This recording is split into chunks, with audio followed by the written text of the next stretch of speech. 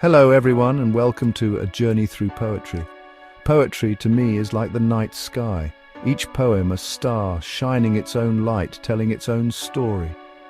Today we're exploring the most brilliant minds in human history, the poets who painted vivid pictures, stirred emotions, and challenged our ways of thinking. So get ready to be transported to different times and places, to feel the power of language, and to discover how these poetic masters continue to speak to us today.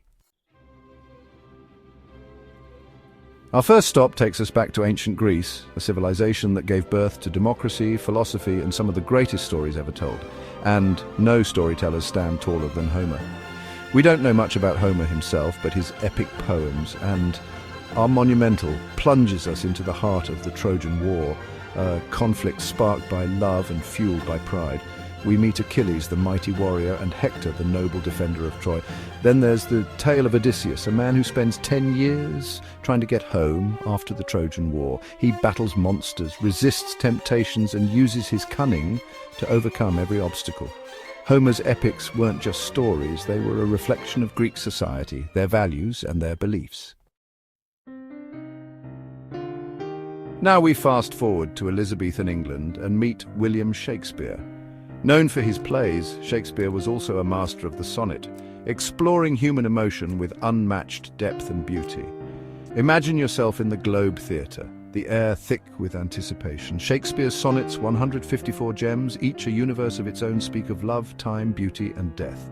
One of the most famous, Sonnet 18, begins with these immortal lines: "Shall I compare thee to a summer's day? Thou art more lovely and more temperate." Shakespeare captures the essence of love's enduring power, even as he acknowledges the transient nature of all things. His sonnets are timeless, speaking to us across the ages.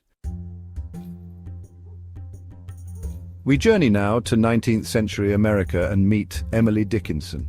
Dickinson's poems were short, often untitled, with unconventional punctuation and capitalization. Her lines were dense with meaning, packed with vivid imagery and startling metaphors. She wrote about life and death, love and loss, faith and doubt, all with rare honesty and vulnerability. One of her most famous poems, "Because I Could Not Stop for Death," begins with these haunting lines: "Because I could not stop for death, he kindly stopped for me." Dickinson personifies death, making him a courteous companion on a journey toward eternity. Her poetry is now celebrated for its originality and enduring power. From the quiet introspection of Emily Dickinson, we shift to Walt Whitman, the Bard of Democracy. The Civil War has torn the nation apart, and in this turmoil, Whitman's voice rises, celebrating the individual and the American experience. He broke free from traditional poetry, embracing free verse. Whitman saw beauty in everything from bustling streets to quiet nature.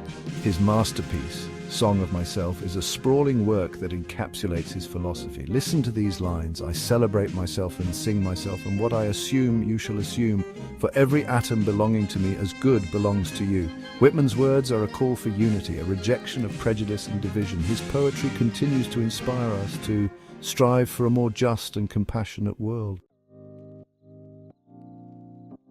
The journey continues to the Harlem Renaissance, a cultural explosion that illuminated the artistic brilliance of Black America. From this fertile ground emerged Langston Hughes, whose words became synonymous with the hopes, dreams, and struggles of his people.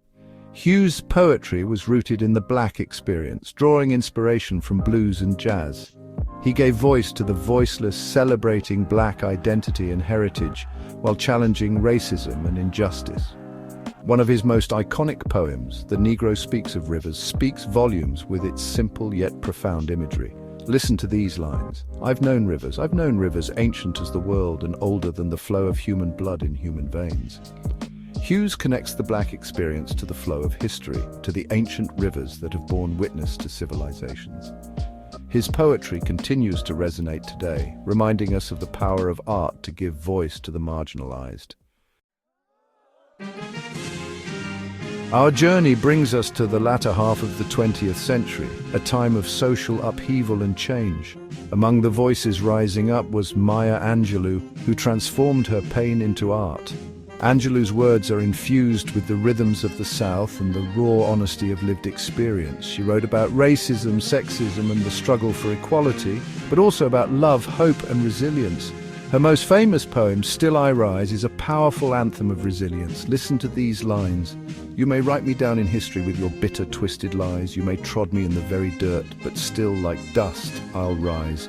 Angelou's words are a call to action, an inspiration to rise above hatred and injustice. Her poetry is a reminder that we all have a story to tell, a voice that deserves to be heard.